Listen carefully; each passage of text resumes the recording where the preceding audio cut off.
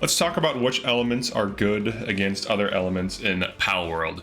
Now, just like in Pokemon, each type is effective against another type, except for neutral, which just has effectiveness against it, but it doesn't have effectiveness towards anything else.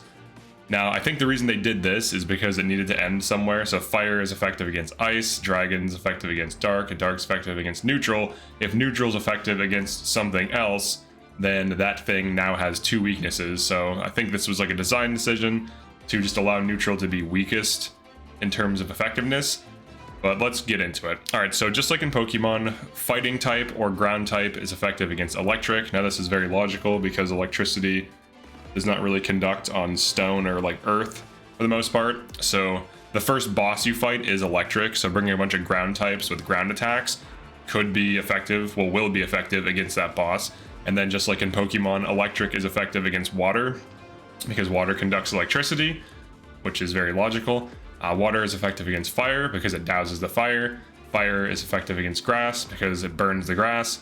And then grass is effective against ground because unlike electricity, plants actually can penetrate earth and ground. So this is very logical. This is exactly like Pokemon. Fire also melts ice. That makes sense.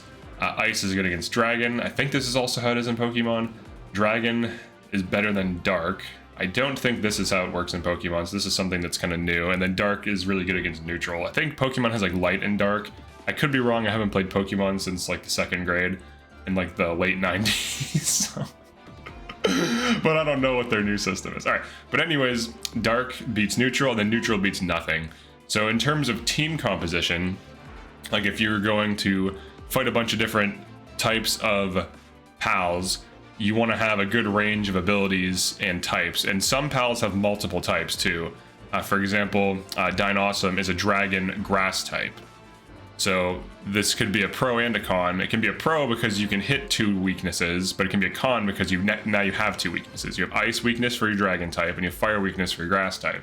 So knowing this when you're fighting things will drastically help you, especially in hard mode where the game is pretty unforgiving and punishing. So the first boss fight, you should really take ground with you. And then for every other boss fight, you should really pay attention to what elements the enemy bosses are, so that when you go to that fight, just like in Pokemon, when you go to the gym, like when you go to Misty's gym in like red and blue and yellow, you bring with you a bunch of electric dudes and just nuke the shit out of them. That's what you do. You nuke them down. And same thing for like Brock. You bring a bunch of grass types and hit him with grass. I think water is also effective against earth and like fighting types in Pokemon. I could be wrong though, but I'm pretty sure I remember water also working.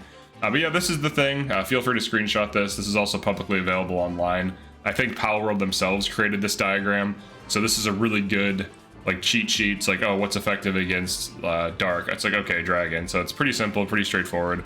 But that's it for this one. Definitely like and subscribe if you found this useful. And I will see you in the next one. Peace.